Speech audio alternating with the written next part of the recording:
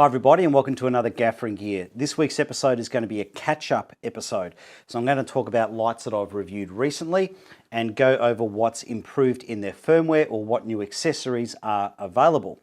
Alright, so before we do that, I just want to talk about a light that hasn't been on the channel yet, and it's really frustrating because I've actually shot 2 entire episodes on this light, and that is the Nanlux 1200 watt RGB WW panel. So I just want to mention this light because I just want to get it out there that it hasn't failed a review with me. The problem is I shoot a review and then before that review goes public, and this is really frustrating because I shoot it, edit it, upload it, Nanlux get in touch with me and say that they've changed this,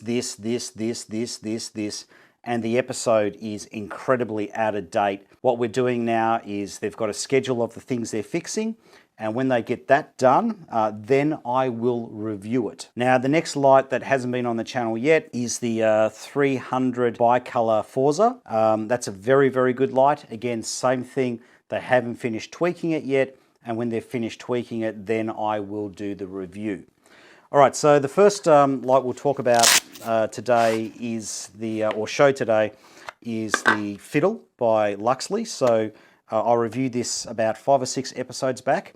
Now, at the time I reviewed it, they didn't have the dome accessory available for it. So what this dome does is it gives you one light source instead of multiple light sources. Okay, so you don't get multiple nose shadows, for example. Now, as you can see, it just attaches via magnets. Very elegant. You lose one f-stop, or roughly about one f-stop, and it does a fantastic job of getting that to one light source. The only real problem I have with it is so elegantly designed, so beautifully made, that if someone hadn't seen this before, they might not realize that this is an accessory because it just so beautifully attaches. So my concern is that if somebody was running with this and holding it by the front, it could shake off. So if you own one of these and you buy the diffuser and you let someone borrow it, just let them know that that's an accessory. Now, the diffuser itself won't come off, okay? You can really shake it, it's mounted securely. Now, that diffuser is 30 US bucks, and they also have this pouch.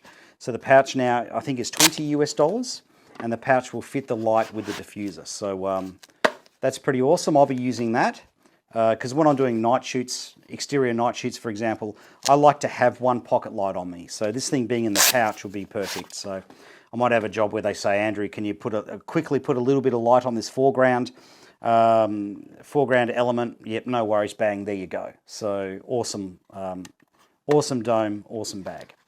All right, so the next thing we'll go over very quickly is the updates that have been done to the Nova P300C in terms of its DMX. So when I first reviewed it, I was scathing of the DMX in this because, let's be blunt, the DMX was useless. All right, so you've now got 9 profiles. So we've got a CCT RGB, a CCT, and it's a very basic CCT profile, just 3 channels, which is really handy if you've got a small desk. The profile that I love, CCT plus HSI. Now, with your combined profiles, you can do a crossfade between your CCT and your HSI, for example. So that's something that I love.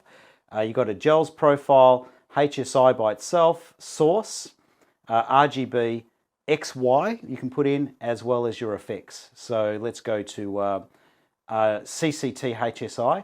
Now, with the Nova, the DMX doesn't work until you select your profile. Okay, so now at this point now, this thing will be responding to DMX. So as you can see there, that's the CCT mode, HSI, and we're switching between the 2 modes. So that's HSI, that's CCT. Now, just one little limitation with it. This is as fast as it switches, okay? So it's not an instant hard switch. It's about, I don't know, what's that? It's less than half a second. I'm guessing about 1/3 of a second. So that's the fastest you could do a hard switch or a hard change on it. So just a little thing to note if you're looking at buying them. All right, so what I do like about this, let's just go straight to the Nova now, is how smoothly it can transition between the 2 modes. So this is in the HSI mode. Let's do a 5-second transition to CCT. And as you can see, it is very, very smooth in its transitions. Let's do a 2.5-second transition back the other way. Okay, starting now. Very smooth, no jerkiness there at all. All right, let's go 1 second. And action. So no problem at all. Okay, let's do a CCT sweep. So I'm going to go from 5,600 Kelvin to 2,000 Kelvin over 5 seconds. And as you can see, that is very smooth, very, very smooth. Let's do 2.5 seconds, back the other way. And let's do 1 second back the other way. All right, so it's got absolutely no problems at all changing between colors. It's very, very, very smooth. Where it does have problems though is if you're trying to do a fade to black. Anything below 4 seconds can get a bit jerky. Anything over 4 seconds tends to be very, very smooth. Now here's the problem. I can't show you the jerkiness because my mobile phone, which I'm filming on, the vision processor actually removes the jerkiness. It drives me nuts. I can't show you. All right, but if we do a 5 second transition, I'll just go to CCT mode here and do a 5 second fade to black. It is incredibly smooth, very, very smooth. And backup is very, very smooth as well. Now, when I take it to a 4 second transition, you sometimes get a little bit of jerkiness. Sometimes it's perfect. But again, you might not see the jerkiness on the camera. So there's quite a bit of jerkiness there. That was extremely smooth and then started to jerk. All right, so just to quickly recap on that, it does have decent DMX profiling in it now. I actually do use this in DMX now, whereas before this update, I didn't even bother with the DMX. The only thing it can't do is a quick fade to black. But just to note, Aputure haven't given up yet. They're still working on trying to get that resolved as well. So it's a long process. And if you're wondering why a lot of manufacturers struggle getting their DMX smooth on the dimming, it's because controllers don't send the DMX signal out at the same refresh rate. Every brand of controller has slightly different variations. So the problem is the lights have to be programmed to interpret the signal coming in. So it might have been this bright, then the next command is this bright, the next command is this bright. You have to program the light to interpret that as a dim and fill the gaps in, and that's where things get really, really complicated. Now, 2 episodes ago, I reviewed this little beauty. It's the Orion 300, which is a single point source light that is full color gamut. So amazing color science. But I was critical of the very noisy cooling fans. Now, apparently before I shot the episode, the cooling fan issue was addressed. They changed the manufacturer of cooling fans that they are using. Just everyone forgot that I had the older ones for review. Now, I haven't heard the new cooling fans, but apparently this issue has been resolved. Now, speaking of cooling fans, the 600D now has its cooling fan issues completely resolved with the latest firmware. I run my 600Ds in medium fan mode on sync sound sets and have no problem whatsoever. Now in this setup, the light is about 3 meters away from a boom mic.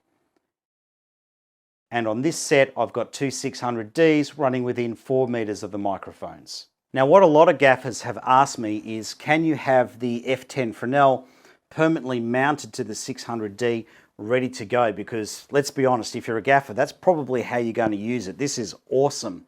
But you know, having to put a lens on every time, take that out of a separate bag, that would just be a drag and nobody's going to wait for that. Now this is how I do it. I've got the F10 sitting in a cradle, and that cradle is made up from the styrofoam packing material that the F10 came in its original box. I just cut it in half. And then to support the light, I just use the padding that's in the bag. So everything sits together on a cradle nicely on my shelf, doesn't roll around and doesn't get damaged. Now, quite a while ago, I did a review on the Aputure B7C smart globe. So these things have an internal battery. Okay, so the internal battery can charge off the Edison connector here, and the Edison connector can also run the lights off AC. Now, they also have this 8 light kit. All right, so it comes in this elegant case, and the case is completely foam cut so that everything is protected in transport. But not only that, not just being a transport case, this thing is also your charging hub. Okay, so you can get your AC power, plug it into the case, and then every light globe will charge simultaneously. All right, so initially when I heard about this concept, I was very, very concerned. So what I was thinking was, you've got all these light globes, which are Edison connectors. You've got this box, which has a whole stack of Edison sockets. Does that mean we're going to have active terminals exposed? As in, if someone had something heavy and metallic and it landed in the case, would it become hot? Would it become electrified? And the answer to that is no, because they've done a very, very clever job of designing the sockets. So in here in the socket, there's a platform down the bottom that is heavily spring-loaded. So you have to push that down with a great deal of force and push it down a long way before you get to the active pin. Okay, so the active pin sticks out of the little hole there, but it's a great deal of force. So even something heavy like a spanner dropping in will not push that down far enough that it touches the active pin. So very, very clever design. Now, to give you some idea of how much effort is required, this is to get that down, you have to push the globe in with quite a bit of force. Okay, and there you are. So you can't push it in with one finger, for example. Okay, you require at least 2 fingers of force to push it down. So very, very elegant solution. Now, I've got a bit of a confession to make to the guys at Aputure. I use this case quite a bit with my Nix globes. So if you run a rental house like I do, I wouldn't really call this a rental house, but if you run a rental operation and you need to firmware update your Nix globes, your Astera globes, I put them in this case to run all the globes at the same time when I'm doing my firmware update. So a little bit of a cheat there. All right, that's another episode of Gaffer and Gear. See you next week. Take care.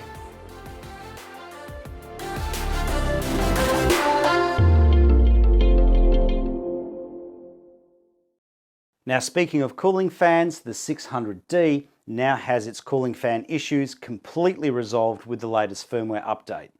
I run my units in medium fan mode and you can't hear them on sync set sounds. Sync set sounds? Sync sound sets. I hate being dyslexic.